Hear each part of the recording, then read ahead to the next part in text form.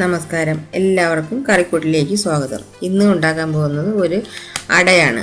ഗോതമ്പ് വെച്ചിട്ടുള്ള അട. ഇത് ഗോതമ്പ് മാവിലല്ല, മുഴുവൻ ഗോതമ്പ് വെച്ചിട്ടുള്ള ഒരു അടയാണ് ഉണ്ടാക്കാൻ പോകുന്നത്. ഇത് 8 മണിക്കൂർ വെള്ളത്തിലിട്ട് ഒന്ന് സോക്ക് ചെയ്ത് വെക്കണം, മുഴുവൻ ഗോതമ്പ്. അപ്പോൾ നമുക്കിത് എങ്ങനെയാണ് ഉണ്ടാക്കുന്നത് നോക്കാം. ഇതിനായിട്ട് ഞാനൊരു 1/2 ഗ്ലാസ് ഗോതമ്പ്, മുഴുവൻ ഗോതമ്പ് എടുത്ത് വെള്ളത്തിലിട്ട് സോക്ക് ചെയ്തെടുത്തിട്ട് ഊറ്റി വെച്ചിട്ടുണ്ട്. ഇനി 3 കഷ്ണം ശർക്കരയുണ്ട്. ഇതൊന്ന് ഉരുക്കിയെടുക്കാം.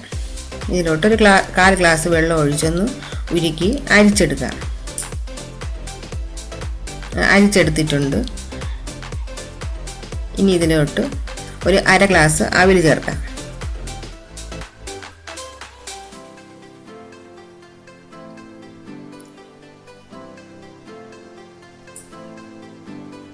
ഇനി ഒരു പിടി തേങ്ങയും ചേർക്കാം. ഇതൊന്ന് വറ്റിച്ചെടുക്കണം.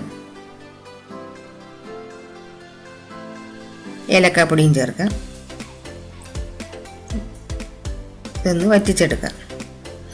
ഗോതമ്പ് നല്ലതുപോലെ ഒന്ന് അരച്ചെടുത്തിട്ടുണ്ട്. അല്പം വെള്ളം ഒഴിച്ച് മാത്രമേ ഇത് അരച്ചെടുക്കാവൂ. വെള്ളം കൂടിപ്പോയി 1-2 സ്പൂൺ ഗോതമ്പ് മാവും കൂടെ ചേർത്തൊന്ന് കട്ടിക്ക് കുഴച്ചെടുക്കാം. ഇനി ഇതൊന്ന് പരത്തിയെടുക്കാം. ഇലയിൽ അല്പം എണ്ണ ഒന്ന് തേച്ച് കൊടുക്കാം, ഒട്ടിപ്പിടിക്കാതിരിക്കുക. ഇനി നോർമൽ അട ഉണ്ടാക്കുന്ന പോലെ പരത്തി ഉണ്ടാക്കിയെടുക്കാം.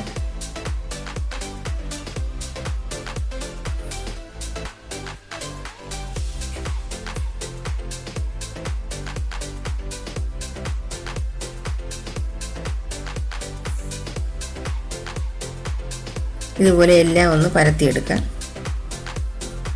സ്റ്റീമറിൽ വെച്ചൊന്ന് ആവിയേറ്റി വേവിച്ചെടുക്കാം.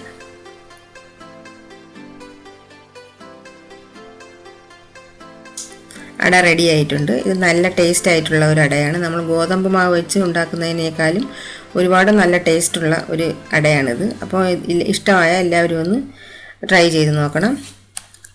അടുത്ത വീഡിയോ ആയിട്ട് വരുന്നവരേക്കും ബൈ.